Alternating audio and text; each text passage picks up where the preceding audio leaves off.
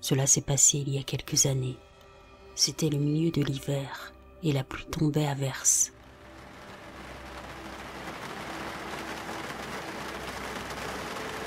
J'ai quitté la maison de mon ami vers 22 heures. J'ai pris un mauvais virage sur une route où la visibilité était réduite et où la plupart des lampadaires étaient éteints. Dans cette région, à cette époque, ce n'était pas si rare, alors je n'y ai pas prêté attention. Beaucoup de rues dans le coin se ressemblent, c'était donc une erreur facile à commettre. Comme il pleuvait, je roulais lentement.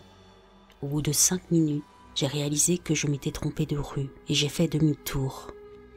J'étais à peu près à mi-chemin de la rue où je devais me trouver et j'approchais de l'un des rares lampadaires qui fonctionnaient. J'ai vu ce qui ressemblait à un sac en plastique noir dégringoler dans la rue. Normalement, lorsqu'il pleut, ne serait-ce qu'un peu, les sacs en plastique restent là, mais celui-ci se déplaçait presque comme un tumbleweed de dessin animé. Les bords étaient déchiquetés et il roulait et rebondissait comme si la pluie n'était même pas là. J'ai pensé qu'il s'agissait peut-être d'un raton laveur, d'un petit chien ou d'un coyote, mais je n'avais jamais rien vu bouger de la sorte. Et même trempé, aucune description ne semblait correspondre. La chose ou l'animal a traversé la rue en titubant, puis il a grimpé et franchi le petit monticule qui se trouvait sur le côté droit de la route. J'ai chassé cette idée de mon esprit et je me suis concentré sur la route. Il y avait des avertissements de crue soudaine et j'étais stupide d'être resté dehors si tard dans ces conditions. J'ai regardé à ma droite et je l'ai vu à nouveau, mais beaucoup plus gros cette fois. Si l'on en avait rassemblé 7 ou 8, je m'attendais à quelque chose de cette taille. Il avait à peu près la taille du torse d'un cheval et se dirigeait rapidement vers moi. Je n'ai pas eu le temps de réagir et en quelques coups, il a heurté l'arrière de ma voiture. J'ai entendu et ressenti 3 coups distincts, l'un après l'autre. Mes pneus arrière ont glissé et se sont dérobés sur la gauche et j'ai lutté pour garder le contrôle de mon véhicule.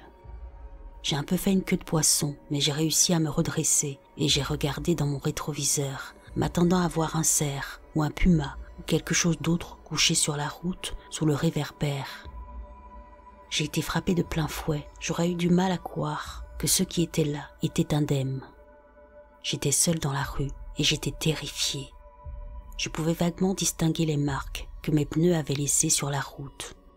Je ne suis pas sûr à 100% que ce n'était pas simplement le résultat de mes sens exacerbés par la montée d'adrénaline, mais c'est comme ça que je m'en souviens. Je ne sais même pas s'il est possible pour moi d'avoir vu de telles marques sous une telle pluie. Puis j'ai senti que des regards se posaient sur moi. J'ai appuyé sur l'accélérateur et je suis parti.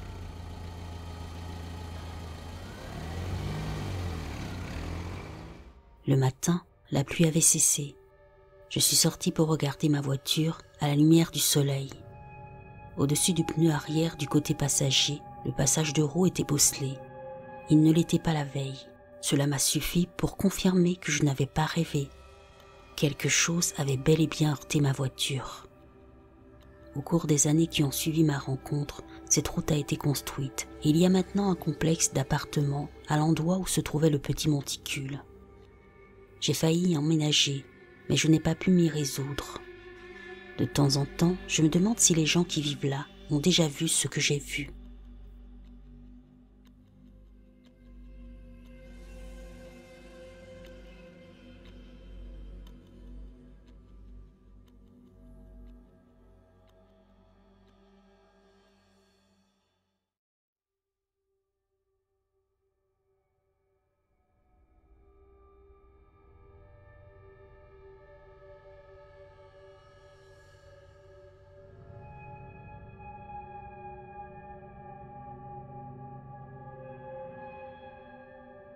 Je viens de me souvenir de cette expérience bizarre vécue à l'université. J'avais 20 ans, je crois, et je vivais au 5e ou 6e étage d'un immeuble pour étudiants. Un soir, le temps était particulièrement orageux. J'étais dans ma chambre, je regardais dehors, lorsque j'ai vu un éclair frapper l'appartement situé en face du mien. Tout est devenu noir et l'électricité a été coupée. Je suppose que l'éclair a touché une source d'énergie importante ou quelque chose comme ça. Comme il n'y avait pas de lumière pour lire et que l'ordinateur n'était pas alimenté, j'ai continué à regarder l'orage. À un moment donné, la foudre a jailli et j'ai vu la silhouette de ce qui ressemblait à une personne à l'envers tomber vers le toit de ce même appartement. Puis brusquement, il y a eu un autre éclair et j'en ai vu une autre tomber beaucoup plus loin dans le parc boisé qui entourait le complexe. J'ai fait une pause, pensant que mon cerveau essayait de rationaliser des images abstraites en les transformant en figures humaines. C'est lorsqu'une forme noire a semblé tomber juste à côté de ma fenêtre, du coin de l'œil, que j'ai fermé les stores et que j'ai sauté dans mon lit, de l'autre côté de la pièce. J'avais beau trouver des excuses logiques, j'étais toujours paniquée. Quelques jours plus tard, j'y pensais encore par intermittence, et finalement, je ne trouvais pas cela particulièrement inquiétant. Mais ce n'est pas tout à fait fini. Quelques jours plus tard, je suis allée dans ma chambre et j'ai vu une silhouette juste à côté de la fenêtre où j'avais vu la chose noire. Cela ressemblait à une silhouette humaine, faite de eye floaters, ces formes bizarres que l'on voit parfois et qui suivent les mouvements des yeux, sauf qu'elle restait immobile. Comme il faisait jour, je n'ai pas eu peur et je me suis approchée. Il n'a pas bougé. En fait, une fois que je me suis approchée, je ne l'ai plus vu. Mais quand j'ai reculé, je l'ai vu. J'ai alors pensé qu'il s'agissait d'un étrange effet de lumière, comme un reflet, et j'ai continué à vaquer à mes occupations. Quelques heures plus tard, je suis sortie de ma chambre pour aller aux toilettes, et quand je suis revenue, j'ai vu la forme, qui était restée totalement immobile jusqu'à ce moment-là, faire un pas en arrière. Mes yeux se sont écarquillés. Qu'est-ce que je venais de voir ? J'étais incroyablement timide à l'époque et je n'avais pas d'amis. Aucun de ceux qui partageaient l'appartement ne se parlait, alors j'ai toujours gardé ça pour moi. J'ai l'impression que la réalité s'est moquée de moi, ou quelque chose comme ça, parce que cette expérience n'avait pas de sens. S'agissait-il d'une sorte de phénomène électronique bizarre ? Ou peut-être que le stress des travaux de fin d'année me faisait voir des choses ? En tout cas, que ce soit authentiquement surnaturel ou non, c'était certainement très étrange.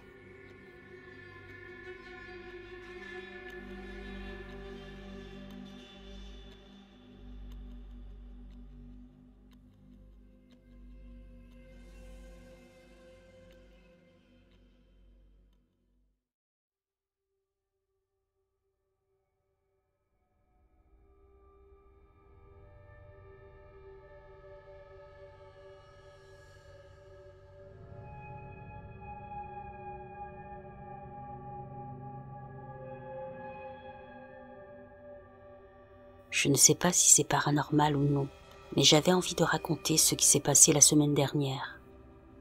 Il était environ 23 heures. Ma ville était au milieu d'une tempête hivernale avec beaucoup de pluie et des nuits froides. Au moment où je m'apprête à me coucher, ma femme me dit que son minivan a besoin d'essence. En bon mari que je suis, je lui dis que je vais m'habiller et emmener sa camionnette à la station-service pour qu'elle n'ait pas à le faire à la première heure et sous la pluie. Les rues sont assez vides et je ne vais pas à la station la plus proche de chez moi, mais à une plus éloignée parce qu'elle est moins chère. Alors que je quitte la route principale pour m'engager sur une route secondaire qui mènera éventuellement à l'autre route principale où se trouve la station, je m'arrête à un feu. Je jette un coup d'œil sur le côté droit de la route où se trouve un collecteur d'eau pluviale et où l'eau s'écoule abondamment. Cette partie de la rue n'est pas trop sombre, car la lumière de l'intersection l'éclaire. Juste au moment où je regarde, je vois une silhouette noire ramper jusqu'au collecteur d'eau pluviale. Au début, je pense qu'il s'agit d'un débris qui s'approche de l'égout. Mais en regardant et en me rapprochant, je vois qu'elle a des jambes, une tête, un torse et des bras. Elle rampe jusqu'au collecteur d'eau pluviale et avec ses bras se baisse en s'accrochant à la bordure du trottoir. Puis elle saute dans le collecteur. Il semblait plus gros qu'un chien. Si je devais décrire ce que j'ai vu, je dirais que cela ressemble à un singe ou à quelque chose comme un paresseux qui se déplace rapidement. Je n'étais pas à moitié endormi ou ivre. Je sais que je ne l'ai pas imaginé. Je ne vis pas dans une région où il y a beaucoup d'animaux sauvages, juste quelques moufettes, opossums, etc. Quoi qu'il en soit, pourquoi un animal sauterait-il dans un collecteur d'eau pluviale où coule une bonne quantité d'eau ?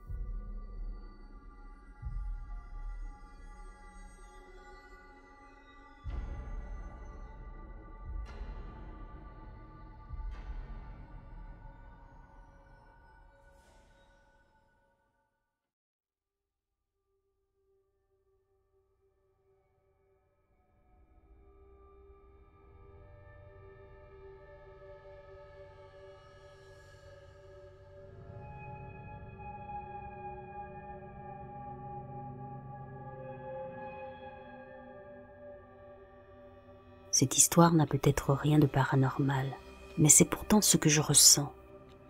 Je pense qu'il serait assez facile de mettre ça sur le compte d'une rencontre avec un vulgaire voyou. Cependant, je pense qu'il y a peut-être un peu plus que cela. C'était il y a quelques années, durant une nuit sombre et pluvieuse. Je crois que c'était au milieu de l'automne. Il était environ 22 heures. Je suis normalement quelqu'un de vigilant et attentif, mais pas cette nuit-là.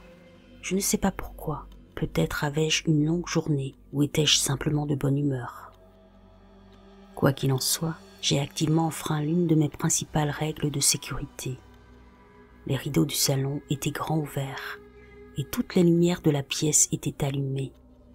Nous ne pouvions donc rien voir de l'extérieur, mais n'importe qui à l'extérieur pouvait nous voir aussi clairement que le jour. Pire encore, je travaillais sur l'ordinateur de bureau en tournant le dos à la fenêtre. Alors que ma femme et moi passions une soirée tranquille, nous avons été interrompus par un coup frappé à la porte. Puis 3 coups. Puis plus rien. J'avais l'habitude de ne pas ouvrir la porte après la tombée de la nuit, et j'ai donc agi en conséquence.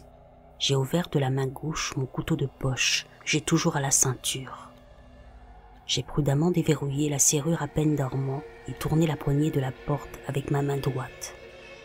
Je me suis assuré que la chaîne de verrouillage était toujours attachée avant d'ouvrir. Lorsque j'ai jeté un coup d'œil par la porte entr'ouverte, je me suis retrouvé face à lui. Quand je dis face à face, je suis sincère. Son visage était littéralement à quelques centimètres du mien, et c'est là que ça devient étrange. Je pouvais voir qu'il portait un bonnet noir, mais je jure que je ne pouvais pas distinguer un seul détail de son visage. C'était comme si l'univers lui-même avait censuré les détails de celui-ci. Il n'était pas caché, mais je ne pouvais pas le voir. Je ne sais pas comment l'expliquer autrement. À la seconde où j'ai vu l'individu, mon sang s'est glacé. C'était cette sorte de peur primitive qui vous fait savoir que vous êtes à quelques secondes de la mort si vous ne prenez pas la bonne décision. Puis il a parlé. Puis-je entrer ? Ses mots sonnaient creux et lointains. Il parlait de la même voix faible que celle des gens sur leur lit de mort. À ce moment-là, tous les neurones de mon corps se sont mis à fonctionner en même temps. J'étais certain d'être en danger de mort. J'ai répondu d'une voix pitoyable. Non. Et j'ai claqué la porte. De l'autre côté de la porte, j'ai entendu le ricanement le plus diabolique que j'avais jamais entendu. Le sentiment que j'ai ressenti doit être le même que celui qu'éprouve un lapin lorsqu'il entend le cri d'un hibou. J'étais certain d'être encore en danger. Sans dire un mot à ma femme, je me suis précipité dans le couloir. J'ai ouvert mon placard et j'ai pris mon fusil de chasse. Je l'ai ouvert et j'ai chargé une cartouche de chevrotine dans la chambre. En rentrant dans le salon, ma femme m'a informé, en montrant la fenêtre encore ouverte, qu'il était parti avec mon vélo. Encore tremblant, j'ai ouvert la porte avec tact et suis entré sous le porche. J'ai confirmé que l'homme avait bien volé mon vélo, mais au moins il était parti. Permettez-moi d'expliquer pourquoi cet homme semble plus important qu'un voleur ordinaire. Même si je me suis trouvé face à lui, je n'ai aucune idée de ce à quoi il ressemblait, et la façon dont il parlait, c'était étrange. J'ai eu de nombreux contacts avec des voyous, des junkies, des trafiquants et d'autres dégénérés. Aucun ne m'a jamais fait ressentir ce que lui m'a fait ressentir. Je refuse généralement de craindre un autre homme adulte. Pour moi, c'est inconvenant. La peur que j'ai ressentie ce soir-là était très intense. La façon dont il a ri, je me souviendrai toujours de ce rire. Je ne peux pas le prouver, mais je jure que ce type était différent de tous les hommes que j'ai rencontrés. Il était diabolique. Quand tout a été dit et fait, j'ai fait la seule chose en mon pouvoir. J'ai fait une prière bouddhiste. J'ai dû prier pendant 1 heure cette nuit-là. Je n'étais même pas très religieux à l'époque. Je réservais généralement les chants et les prières pour les réunions avec mes amis partageant les mêmes idées. Je m'intéressais davantage à la doctrine qu'au rituel. Mais ce soir-là, c'est tout ce que je voulais faire. Alors je l'ai fait. Je pense que c'est parce que je me sentais impuissant. Je n'avais pas les couilles de le poursuivre. J'ai signalé l'incident au bureau du shérif, mais je savais qu'il ne ferait rien d'autre que d'en prendre note. Alors, comme je l'ai dit, j'ai prié. Ça m'a semblé juste. Je ne sais pas ce qui se serait passé si j'avais accédé à sa demande ce soir-là. Je n'aime pas y penser. Ma femme et mes enfants étaient à la maison ce soir-là. Si cet homme ou cette chose était assez mauvaise pour me faire ressentir ça, alors je sais que cela aurait été terrible. Si j'avais ouvert la porte, cela aurait pu être la pire erreur de ma vie.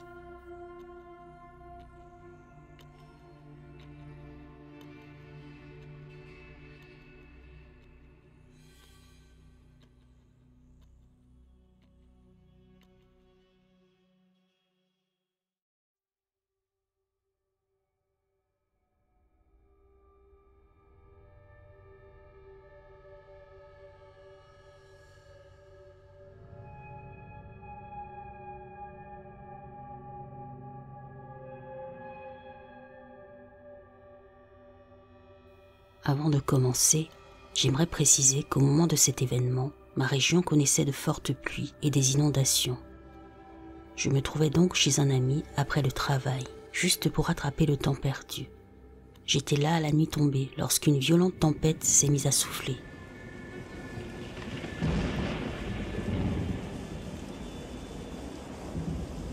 Connaissant la situation, j'ai décidé de partir avant que les routes ne se referment. Au lieu d'emprunter l'autoroute, j'ai donc pris des routes secondaires qui traversaient un bush épais. Stupide, je sais. Quoi qu'il en soit, j'avais vraiment envie de pisser, alors j'ai trouvé un endroit et je me suis arrêté. J'ai mis mes feux de détresse et mes feux de route pour m'assurer que la circulation me verrait des 2 côtés. J'enfile ma veste et je m'enfonce dans les arbres sur le bord de la route. La pluie est battante, le vent souffle et les éclairs et le tonnerre sont insensés.